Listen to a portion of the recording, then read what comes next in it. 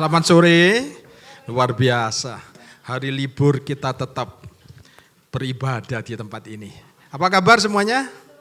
Luar biasa. Bapak Ibu Saudaraku yang sangat dikasihi Tuhan. Kita semua ada hari ini karena pengorbanan Yesus, amin.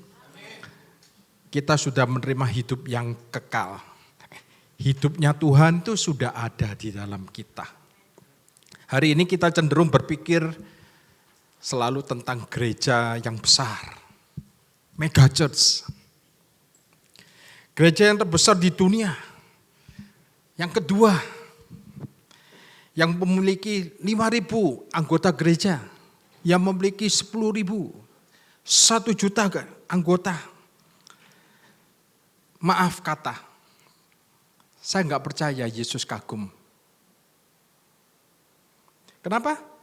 Karena Yesus tidak pernah berkata kepada kita, jadikan semua bangsa untuk menjadi anggota gereja. Enggak. Tapi kan, jadikan semua bangsa muridku. Adalah sesuatu yang berbeda antara anggota gereja dan murid. Seorang murid adalah seorang yang tahu tujuan utama dalam hidup ini. Dulu, jujur saya belum mengerti Injil kasih karunia.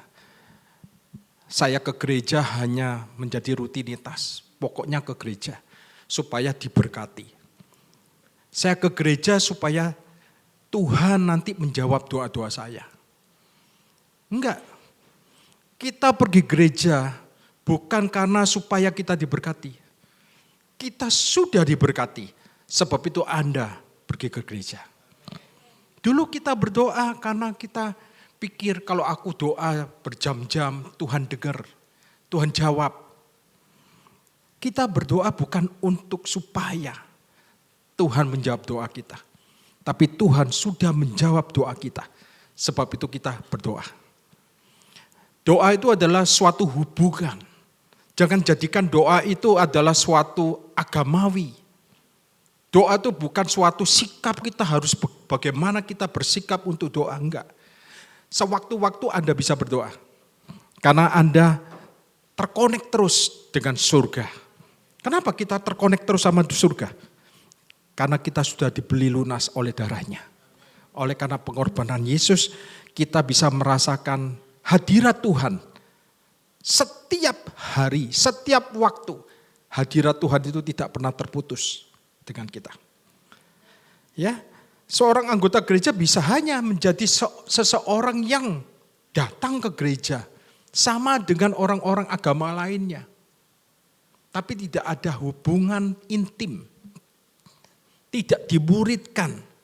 Jadi salah satu masalah terbesar yang gereja Tuhan hadapi hari ini adalah menjadi anggota gereja, bukan menjadi murid.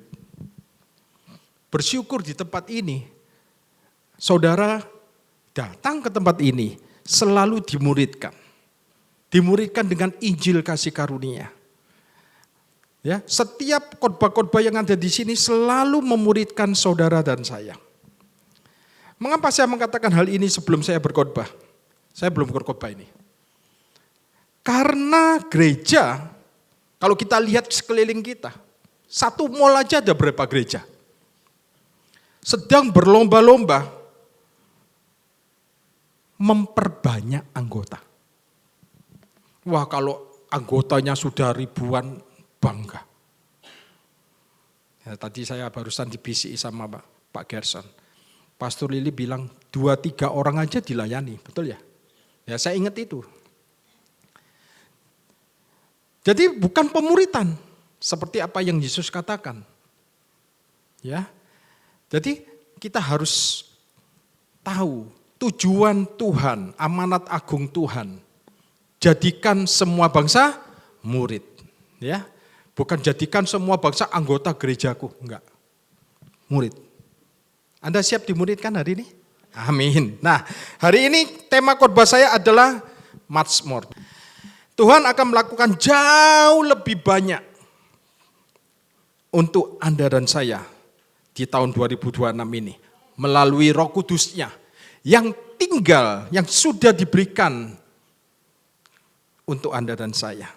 Dia tinggal di dalam kita. Roh Allah itu, Roh Elohim itu tinggal di dalam saya. Tinggal di dalam saudara. Sebab itu Anda disebut bait suci. Karena ada roh yang suci tinggal di dalam saudara. Saya tanya, kalau ada roh suci ada tinggal di dalam saudara. Roh Tuhan itu, apakah mau berbagi dengan roh yang kotor? Enggak ada. Sebab itu kita disebut bait suci. Luar biasa ya, kita ini bait suci loh. Kemana-mana Anda sadari, aku adalah bait suci Tuhan. Tidak ada sakit penyakit pun yang bisa tinggal di dalam aku karena aku bait suci. Ya, Tuhan berjanji tahun ini akan ada lebih banyak lagi untuk NCC people. Di tengah-tengah dunia yang semakin gelap ini. Jadi sungguh kehormatan bagi kita hari ini kita bisa mendengar kabar baik. Di dalam kabar baik tidak ada kabar buruk. Ya, kita dengar tentang pesan jauh lebih banyak, much more. Nah, ketika Anda mendengar kata much more, jangan berpikir hanya tentang, oh aku much more, artinya lebih banyak uang. Ayo kita lebih banyak belanja, kita lebih banyak untuk shopping. Bukan seperti itu. Memang di dalamnya ada itu. Tuhan ingin memberkati saudara lebih daripada keinginan saudara diberkati. Ya. Tuhan tidak menentang keinginan manusia untuk memiliki uang. Tapi Tuhan menentang manusia yang cinta akan uang. Tuhan tidak menentang keinginan manusia untuk memiliki sesuatu yang baik untuk keluarganya. Untuk anak-anaknya. Anaknya disekolahkan di tempat yang terbaik. Tuhan gak menentang itu. Ya. Tapi Tuhan menentang kalau kita tamak, kalau kita rakus, kita cinta akan uang. Dan bukan hanya orang kaya yang cinta akan uang. Orang yang gak punya pun bisa cinta akan uang. Apakah Tuhan ingin memberkati Anda dan saya? Oh iya pasti. Tuhan ingin memberkati. Kalau anaknya saja diberikan kepada kita, dia tidak menyayangkan anaknya yang sangat berharga di mata Tuhan. Apalagi kebutuhan kita yang sementara di dunia. Kalau anaknya sudah diberikan, apalagi kebutuhan-kebutuhan kita. Dia dapat melakukan jauh lebih banyak daripada yang kita doakan. Daripada yang kita pikirkan. Mari kita baca ayatnya. Efesus pasal 3 ayat 20 dikatakan, bagi dialah yang dapat melakukan jauh lebih banyak.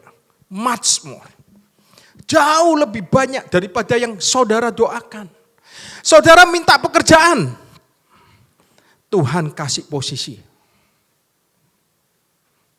Saya minta istri. Pasangan hidup. Saya dikasih Nelia. Dia gak ada hari ini. Dia istri yang baik. Yang terbaik untuk saya. Ya, jadi Tuhan dapat melakukan jauh lebih banyak daripada yang saudara doakan, daripada yang saudara pikirkan, seperti yang ternyata dari kuasa yang bekerja di dalam kita. Jadi kalau kita bekerja, sadari bahwa saudara bekerja dengan kuasa dari ilahi. Saya ini konsultan pajak, saudara. Barusan ini Cortex. Ya, mempelajari Cortex, sistem Cortex. Saya ikut seminar itu 3 kali, saudara. Ya, tapi ya tetap bingung saya. Iya benar, tanya Heru itu. Bingung saya, tapi puji Tuhan, ada kuasa yang bekerja di dalam saya. Dan kuasa itu adalah kuasa dari surgawi. Sehingga saya bisa mengerti. Saya bisa mengerti. Saya bisa melit orang-orang tanya sama saya kasih tahu. Ya, saya percaya segala sesuatu yang kita kerjakan itu di dalam kontrol Tuhan. Tuhan sendiri yang bekerja, turut bekerja di dalam kita untuk mendatangkan kebaikan. Saya percaya akan ada lebih banyak lagi hal-hal yang baik terjadi di dalam hidupmu di tahun 2026 ini. Yang percaya katakan amin. Nah, mari saya ajak Anda kembali untuk melihat di dalam kisah perjanjian lama. Nah, saya akan bawa Anda ke zaman Raja Yosafat. Raja Yosafat adalah raja dari kerajaan Yehuda. Anda tahu dulu di dalam perjanjian lama, Israel terbagi dua. Kerajaan Israel dan kerajaan Yehuda. Kerajaan Israel itu terkenal raja-rajanya jahat, saudara. Menyembah berhala. Itu ada di utara. Yang di selatan itu Raja Yehuda. Kerajaan Yehuda. Jadi biasanya raja-raja dari kerajaan Yehuda itu adalah raja yang baik. Dibandingkan dengan kerajaan Israel yang ada di utara. Nah, jadi saat itu kerajaan Yehuda itu menghadapi musuh, saudara. Dari timur, arah timur. Dan musuhnya itu bukan satu kelompok, 3 kelompok, saudara. Mau menyerang kerajaan Yehuda. Sampai hari ini kalau kita lihat Israel, kalau perang, musuhnya itu enggak satu, saudara. Betul ya Pak Heru ya? Selalu boyongan musuhnya. Ya, soalnya apa? Tahu bahwa Israel adalah bangsa pilihan Tuhan. Mereka bersekongkol menyerang kerajaan Yehuda. 3 kelompok itu, orang Amon, orang Moab, dan saya lupa ya satunya. Ya, mereka bersekongkol menyerang kerajaan Yehuda yang saat itu di bawah pemerintahan Raja Yosafat. Dan Raja Yosafat melihat musuh yang besar itu, dia merasa khawatir. Responnya itu bahkan ditulis di Alkitab, Yosafat itu ketakutan. Siapa yang hari ini Anda menghadapi musuh-musuh di dalam hidup Anda dan Anda takut menghadapinya? Itu wajar, saudara. Mungkin Anda berkata, wah saya takut hasil medisnya dokter seperti ini. Wajar kalau Anda takut ketika dokter memberi laporan medis yang buruk. Wajar Anda takut kalau Anda sedang ditagih debt collector. Wajar. Tapi pesan saya, jangan terus-menerus takut. Dikuasai ketakutan. Jangan.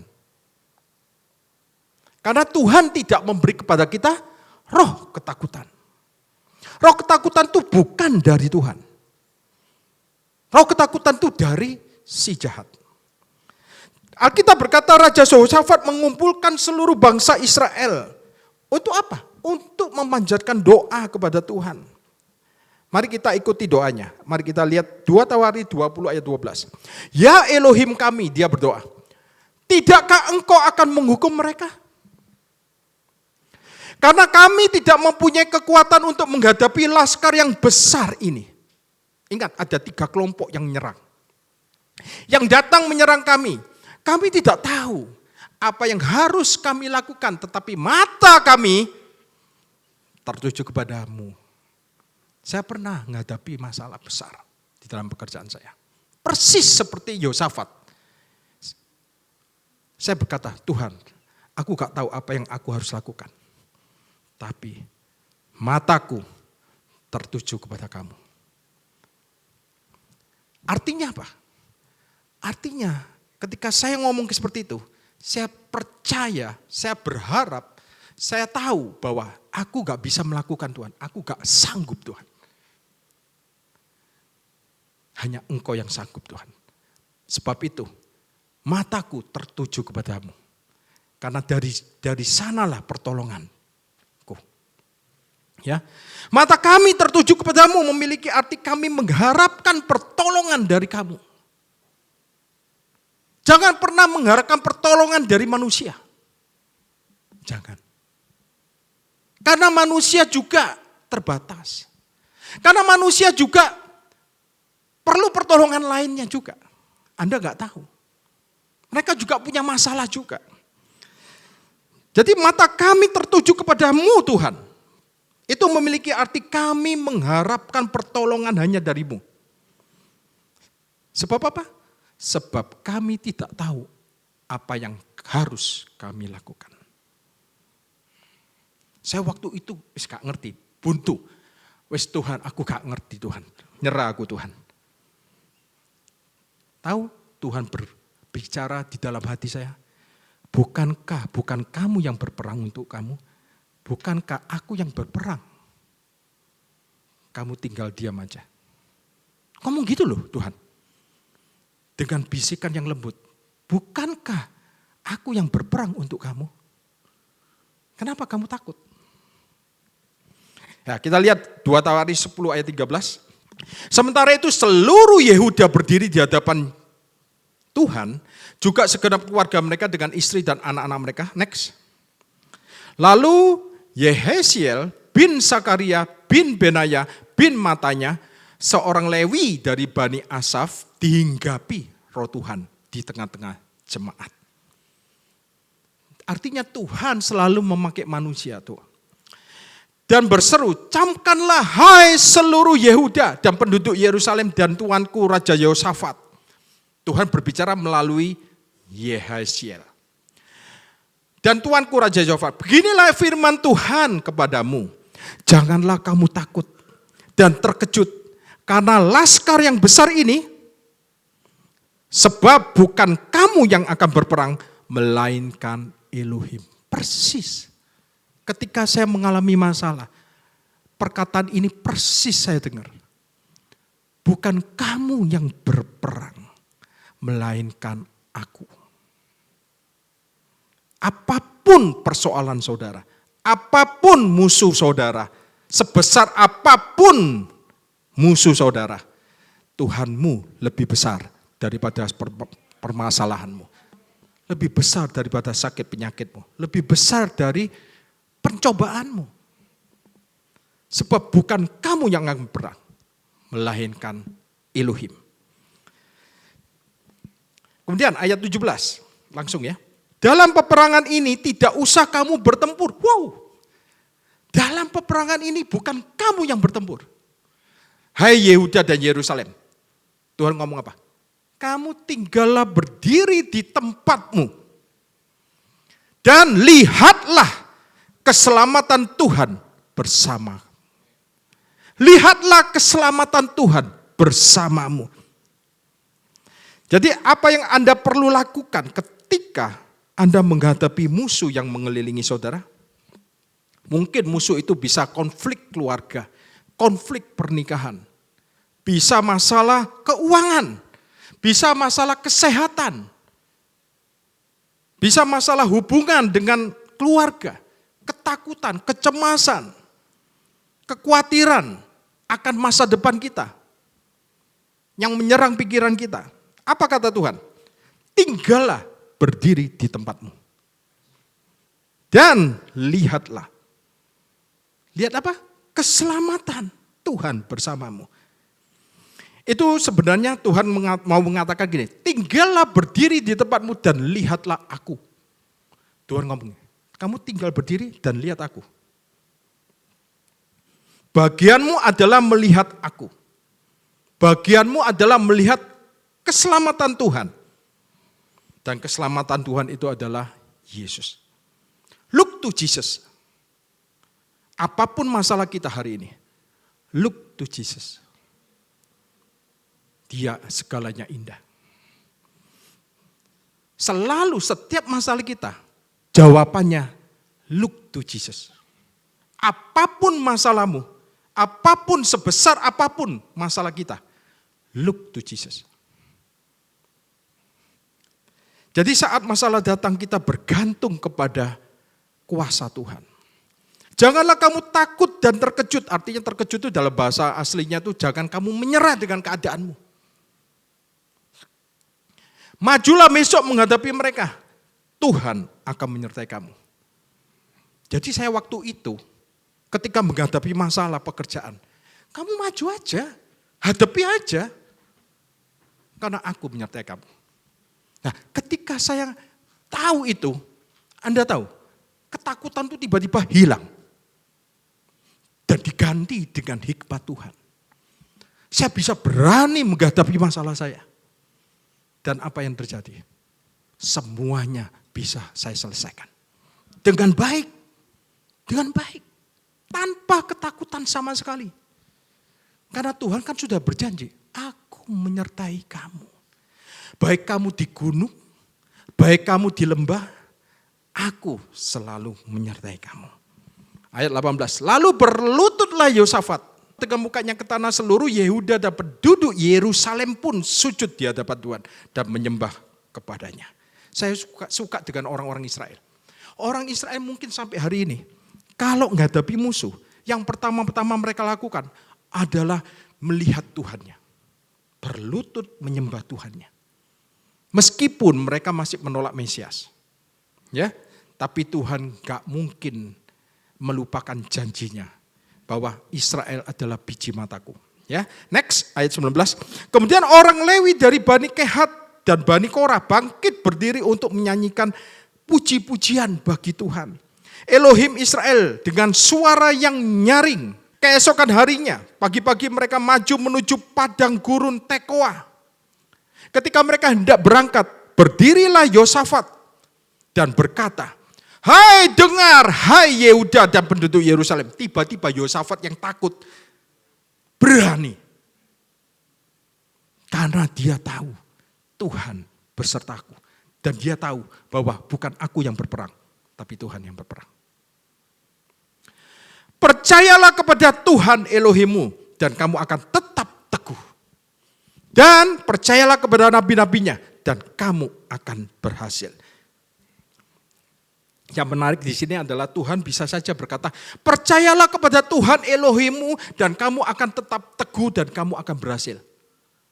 Tuhan bisa ngomong gitu. Tapi kenapa Tuhan tambahi percayalah kepada nabi-nabinya dan kamu akan prosper. Artinya saudaraku, Tuhan selalu pakai manusia. Roh Tuhan turun ke atas seorang manusia untuk menaruh firman-Nya di mulutnya. Kita butuh komunitas, kita butuh tubuh Kristus. Siapa yang pernah ngalami masalah? Ya, kemudian Anda gak bisa berdoa. Tiba-tiba ayat firman Tuhan itu blank semua. Saya ini pengkhotbah. Tapi ketika menghadapi masalah Pak, Bu, tiba-tiba hilang semua ayat firman Tuhan itu. Karena kita terlalu fokus kepada masalah kita. Sampai saya itu gak bisa tidur. Anda tahu siapa yang menguatkan? Tulang rusuk saya. Istri saya. Yang menguatkan saya. Yang mengingatkan saya. Loh, bukannya kamu sering khotbah gini gitu ya?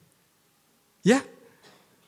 Sebab itu Anda membutuhkan orang yang terdekat. Orang terdekat kita itu suami istri itu orang terdekat. Yang mengingatkan kita. Atau saudara-saudara seiman. Untuk menghadapi kesulitan. Untuk melalui pencobaan yang sedang Anda alami. Ada orang ngomong gini, oh gak penting. Aku under grace, gak usah pergi gereja, dengerin khotbah di YouTube aja. Kita ini perlu persekutuan dengan orang-orang percaya, saudara. Tuhan mungkin telah menaruh firman keselamatan di mulut seseorang untuk Anda. Dari kasus saya, Tuhan menaruh firman itu di mulut istri saya. Dia yang ingatkan saya. Sebab itu kita perlu bersekutu. Karena kita adalah orang percaya. Tuhan bisa berbicara kepada seseorang. Tuhan bisa pakai siapapun. Bahkan Tuhan pernah pakai seekor keledai untuk berbicara. Betul ya? Dan bahkan Tuhan pernah menaruh perkataan kepada seorang yang membenci Yesus. Namanya Imam Kayafas. Tuhan berbicara melalui Imam Kayafas, seorang pria yang tidak berjalan bersama Tuhan. Seorang yang bertanggung jawab atas kematian Tuhan kita Yesus Kristus. Imam Kayafas, imam terakhir. Yang buta matanya. Tuhan pakai loh. Tuhan taruh loh perkataannya. Anda tahu perkataannya apa? Yohanes 18. dan Kayafaslah yang telah menasihatkan orang-orang Yahudi adalah lebih berguna jika satu orang mati untuk apa? Seluruh bangsa. Tanpa sadar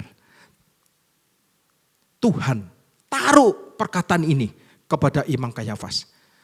Adalah lebih berguna jika satu orang mati untuk seluruh bangsa. Haleluya. Tuhan dapat membuka mulut manusia.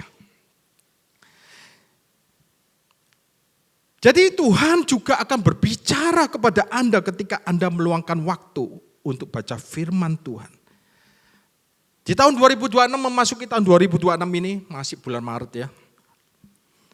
Ketika Anda meluangkan waktu di dalam firman-Nya dan bergantunglah kepada Roh Kudus kalau baca firman, minta revelation, minta pewahyuan dan perlengkapi dengan membaca buku-buku rohani ya yang ditulis oleh orang-orang yang preacher grace. Anda bisa baca bukunya Pastor Joseph Prin, bisa baca bukunya orang-orang yang seperti Pastor Yohanes yang minggu lalu dia nulis buku. Ya, Anda bisa baca, mendengarkan khotbah-khotbah Pastor Juan, Heru, saya juga di YouTube ada. Ya. Jadi prioritaskan kita tahun ini untuk makan firman. Mempercayai orang yang mulutnya telah dipenuhi oleh firman Tuhan, maka engkau akan berhasil. Seperti firman tadi, maka engkau akan berhasil. Tuhan taruh itu firman-Nya. Bukankah Yesus sudah mengatakan bahwa manusia bukan hidup dari roti saja, tapi dari setiap firman yang keluar dari mulut Elohim. Ya, jadi hidup kita ini ingat, bukan hanya makan nasi, ayam goreng, kue tiaw goreng, enggak, juga firman. Untuk menguatkan kita, apalagi di tengah-tengah dunia yang semakin gelap ini. Emas berapa sekarang? Hancur saudara. Ya betul ya Pak Heru ya. Turun ya, turun. Apalagi saham, hancur. Kalau kita lihat itu semua, iman kita bisa down saudara. Sebab itu Anda butuh persekutuan dalam orang-orang percaya. Butuh komunitas. Ya. 2 Tawarik 20 ayat 21 kita baca. Setelah ia berunding dengan rakyat, ia mengangkat orang-orang yang akan menyanyi nyanyian untuk Tuhan dan memuji Tuhan dalam pakaian kudus. Nah, dalam teks Indonesia dikatakan pakaian kudus, tapi di dalam teks aslinya itu the beauty of holiness. Dan memuji Tuhan dalam keindahan kekudusan. Bukan pakaian kudus, dalam keindahan kekudusan. Saya menyukai kata keindahan kekudusan, the beauty of holiness. Tapi kadang-kadang kalau mendengar kata kekudusan Tuhan, itu bukan indah saudara. Mendengar kata kekudusan Tuhan itu membuat orang itu takut. Aku belum kudus, Tuhan kudus. Ya kan? Kita sering dengar kita harus kudus, kita harus suci. Padahal faktanya di mata Tuhan, saudara dan saya sudah dikuduskan. Berapa kali? 1 kali. Untuk selama-lamanya. Bukan oleh perbuatan baik kita, bukan amal ibadah saudara. Bukan karena Anda ke gereja, bukan. Tapi karena darah Yesus. Itu sudah menguduskan saudara dan keluarga saudara 1 kali untuk selama-lamanya. Jadi orang-orang membuat kekudusan itu terdengar begitu menakutkan. Padahal sebenarnya indah. The beauty of holiness. Enak enggak dengarnya? Enak. The beauty of holiness. Holiness kudus adalah artinya dipisahkan. Hagiasmos. Anda dipisahkan dari dunia. Ya, Anda dipisahkan dari dunia. Kalau dunia ngomong gak apa-apa cerai. Tapi Anda bukan sama seperti dunia. Barusan saya dengarkan YouTube tentang perceraian. Wah ramai itu.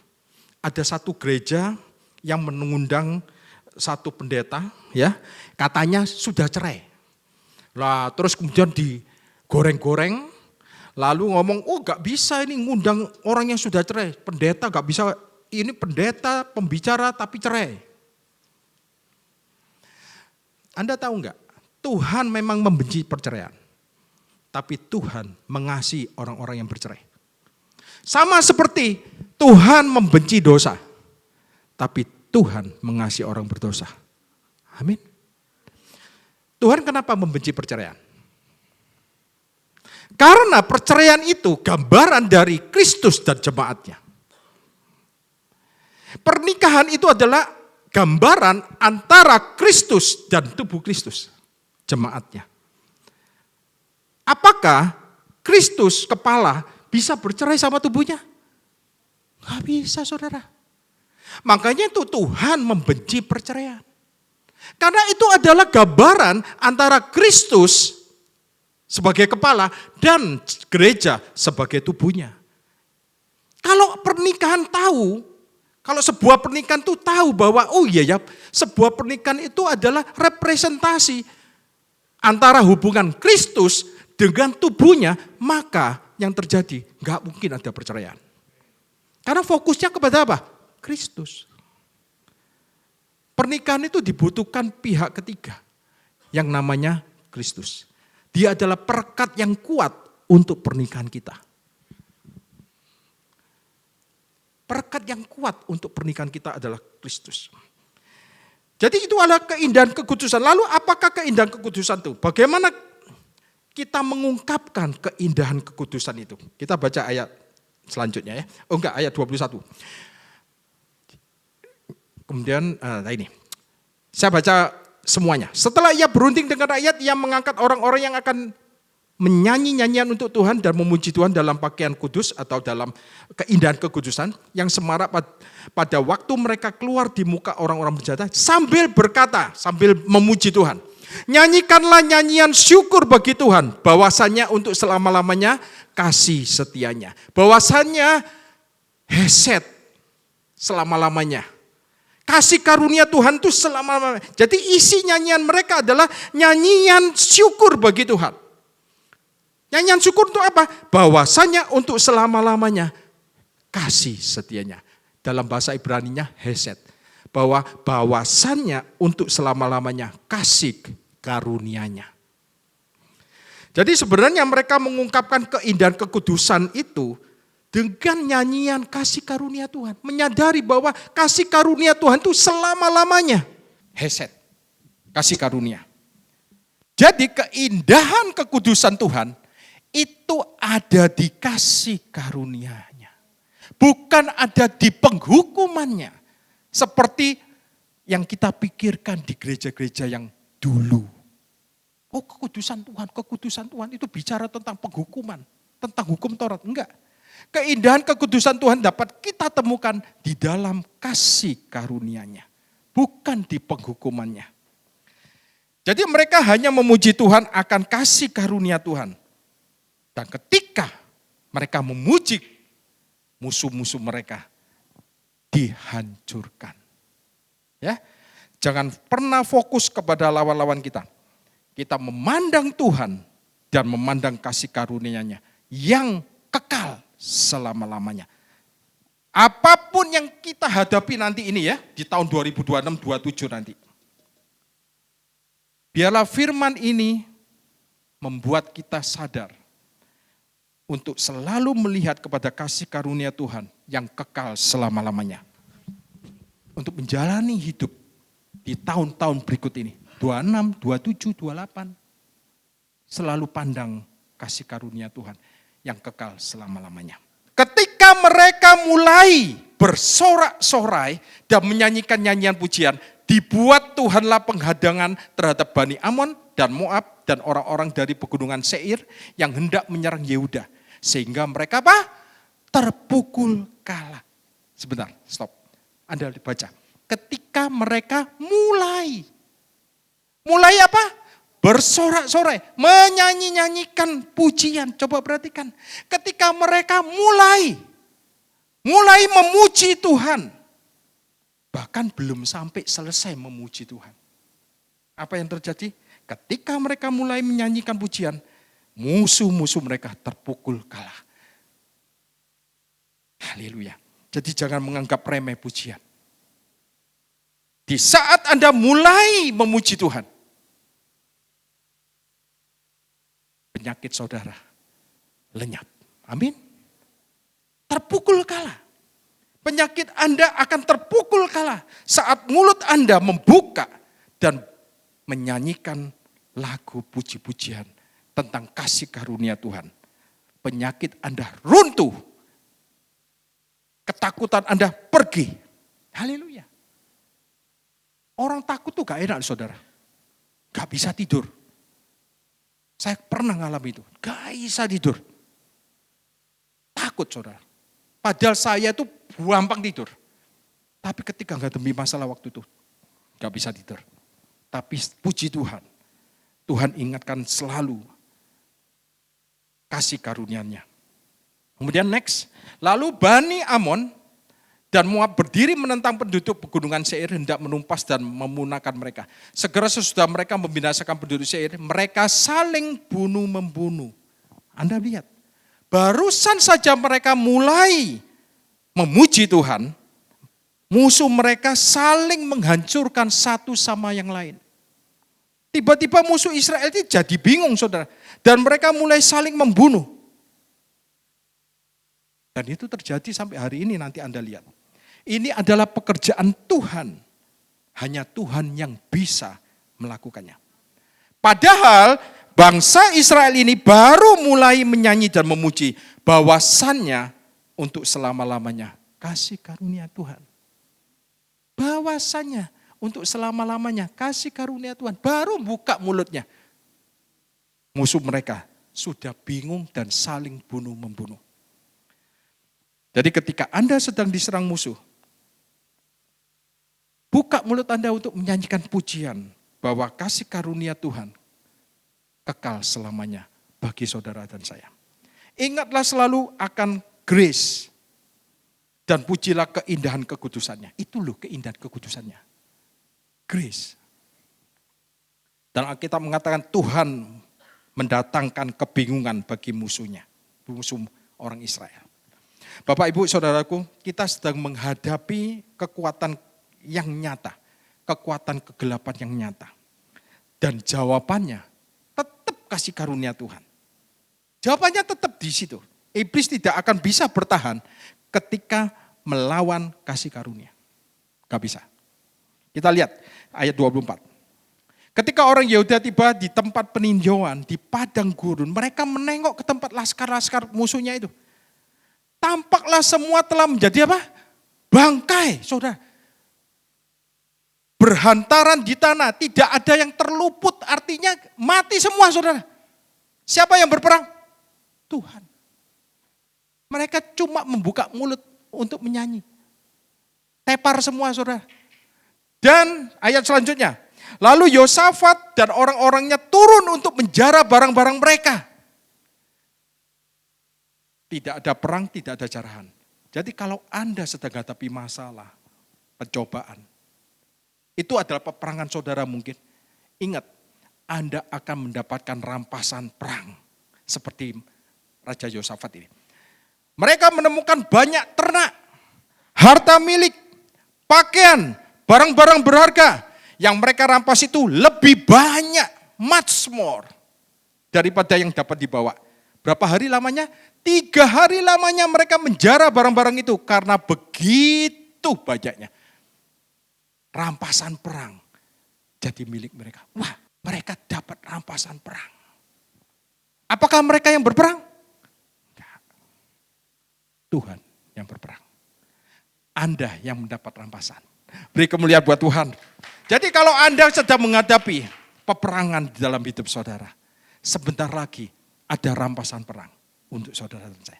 Untuk keluarga saudara. Percayalah. Tuhan itu baik. Dia sangat mengasihi kita. Tuhan punya rencana yang jauh lebih besar. Untuk Anda. Untuk anak-anak Anda. Di tahun-tahun yang sulit ini. Bagi orang dunia sulit. Tapi bagi kita anak-anak Tuhan. Rencana Tuhan jauh lebih besar. untuk Anda dan saya. Jauh lebih banyak. Mereka memiliki begitu banyak harta rampasan yang tersisa dan dibutuhkan 3 hari untuk mengambil itu. Butuh 3 hari. Ya. Tidak ada peperangan, tidak ada rampasan. Katakan, tidak ada peperangan, tidak ada rampasan. Jadi ketika saudara menghadapi peperangan hari ini, ingat, ujung-ujungnya nanti Anda dapat rampasan perang yang banyak nanti. Much more. Ayat 26. Dan pada hari keempat, mereka berkumpul di lembah pujian. Di dalam bahasa Inggrisnya saya kasih tahu di bawahnya. They assemble in the valley of barakah. Mereka berkumpul di lembah, bukan lembah pujian, lembah berkat. Dan ketika Anda keluar dari perang, Anda ditaruh di tempat yang banyak berkat. Di lembah berkat. Meskipun Anda, makanya dikatakan lembah. Lembah itu gambaran dari masalah. Tapi ini lembah berkat. Anda memang ada di lembah, tapi itu banyak berkatnya. Di sanalah mereka memuji Tuhan dan itulah sebabnya orang menamakan tempat itu lembah pujian hingga sekarang. Lembah berkat. The name that the place was called the Valley of Barakah. Lembah berkat. Until this day. Until this day. Jadi satu hal yang menguatkan saya dari pesan firman Tuhan hari ini. Dan pasti memberkati saudara semua hari ini juga. Akan ada lebih banyak rampasan. Akan lebih banyak kesembuhan. Akan ada lebih banyak kesehatan. Akan ada lebih banyak terobosan keuangan. Untuk Anda di tahun 2026 ini. Semakin bertambah usia saudara. Saya ini nanti tahun depan tebak umur berapa saya. Wis kepala 6.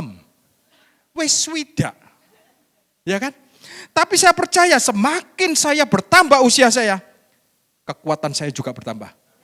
Anda juga. Kekuatan Anda bertambah, semakin besar terang yang ada di dalam kita. Semakin besar hikmat Tuhan. Semakin besar revelation yang Tuhan taruh di dalam hidup saya. Semakin besar perkenanan Tuhan. Semakin besar kemurahan Tuhan. Kebaikan Tuhan. Semakin besar juga urapan Tuhan. Sehingga saya akan semakin besar mengagumi Tuhanku, Yesus Kristus. Dan semua ini tertulis di ayat berapa? Di pasal berapa? 20. Ayat yang 26. Next. 2 Tawari 20:26. Pasal 20 ayat 26. Di tahun 2026 ini Anda akan ditaruh di lembah berkat. Dan akan ada rampasan perang yang banyak untuk Anda. Amin. 20:26. Jadi kapan umat Tuhan bisa ada rampasan perang yang banyak? Ketika Anda keluar dari lembah peperangan Anda. Lembah peperangan, lembah air mata Anda akan diubah menjadi lembah pujian, lembah berkat. Di tahun 2026 ini, saya berdoa untuk Anda semua. Seperti firman Tuhan ini, pada hari keempat, mereka berkumpul di lembah berkat, the valley of barakah. Dan di sanalah Anda bisa memuji Tuhan. Dan itulah sebabnya orang menamakan tempat itu lembah berkat hingga sekarang. Dan saya berdoa 2026 ini adalah menjadi lembah berkat untuk kita semua. Amin. Mau lagi? Mau ya, oke.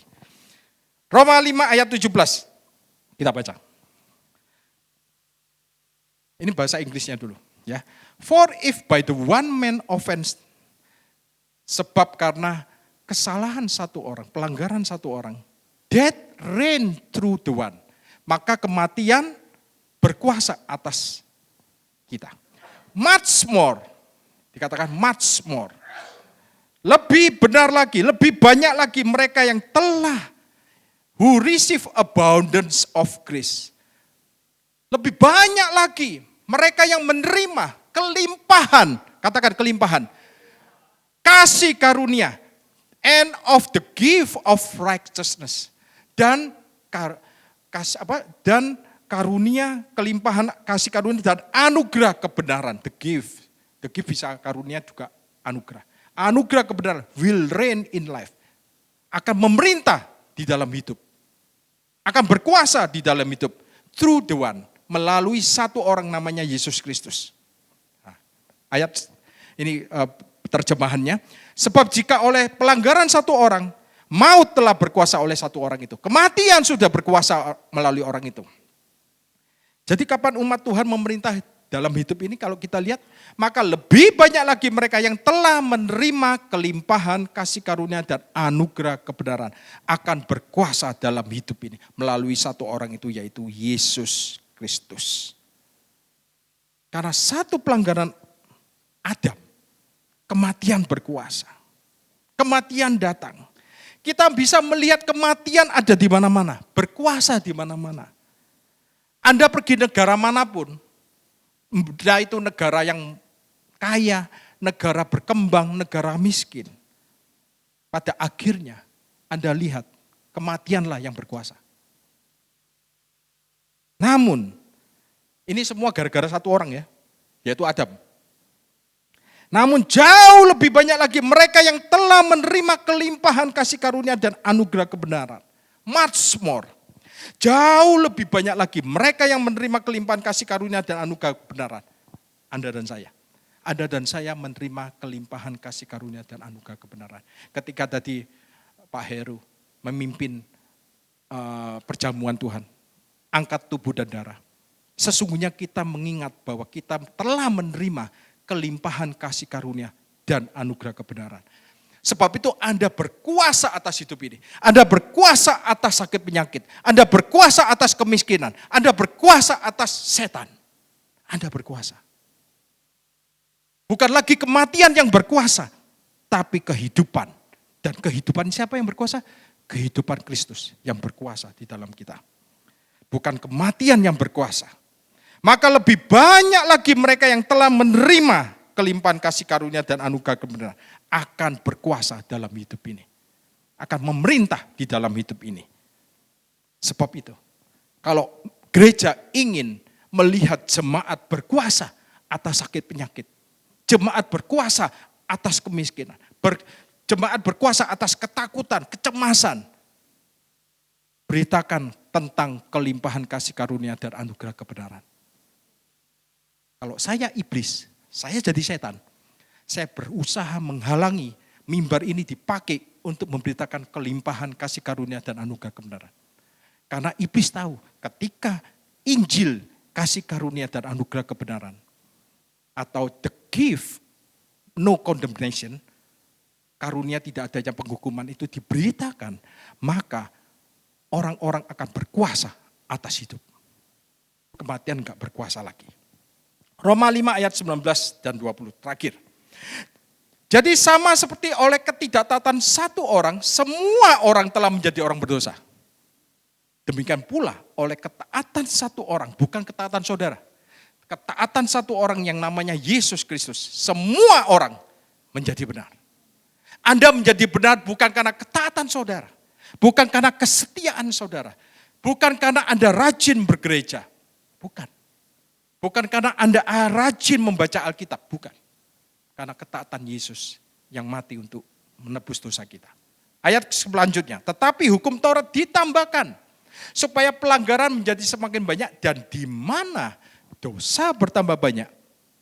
Di mana dosa tambah banyak, disitulah, di sanalah kasih karunia menjadi berlimpah-limpah. Much more. Tunjukkan bahasa Inggrisnya. Moreover the law enter that the offense might abound, but where sin abounded, di mana dosa bertambah banyak, grace abounded much more. Di mana kelemahan saudara ada, justru di sanalah, di kelemahan saudaralah, Anda bisa menemukan grace abounded much more. Lebih banyak lagi. Grace abundance much more. Dalam teks aslinya artinya melampaui batas yang bisa diukur. Itulah banyaknya kasih karunia Tuhan yang diberikan kepada kita. Grace abundant much more. Jadi ketika Anda menerima grace yang much more tadi, yang kelimpahan itu dan anugerah kebenaran, maka saya percaya di tahun 2026 ini Anda akan berkuasa atas hidup Anda. Anda akan berkuasa atas sakit penyakit Anda. Padahal ini adalah sesuatu yang simple, yang sederhana. Tapi berkuasa. Tuhan tuh selalu pakai yang sederhana, tapi berkuasa. Ya? Anda diberkati Tuhan? Mari kita pejamkan mata kita. Tuhan, kami bersyukur bahwa kami tahu Tuhan, kami telah menerima kelimpahan kasih karunia dan anugerah kebenaran. Dan kami berkuasa dalam hidup kami, karena Yesus yang berkuasa di dalam hidup kami. Kami berkuasa atas sakit penyakit, kami akan berkuasa atas rasa takut, kami akan berkuasa atas setan, karena kasih karunia Tuhan, much more, berlimpah banyak di dalam hidup kami semua. Berkati firman ini ya Tuhan, menjadi berkat untuk jemaat New Covenant Church pada hari ini ya Tuhan. Kami percaya Roh Kudus yang akan memateraikan semuanya dan akan memberi pengertian lebih dalam lagi kepada jemaat-Mu ya Tuhan di tempat ini. Dan kami percaya bahwa kami di tahun 2026, Kau taruh kami di tempat di mana di sana disebut lembah berkat. Kami akan Kau temukan dengan orang yang tepat, di waktu yang tepat, untuk supaya kami melihat kemuliaan-Mu nyata di dalam hidup kami. Beri kemuliaan buat Tuhan. Amin. God bless you.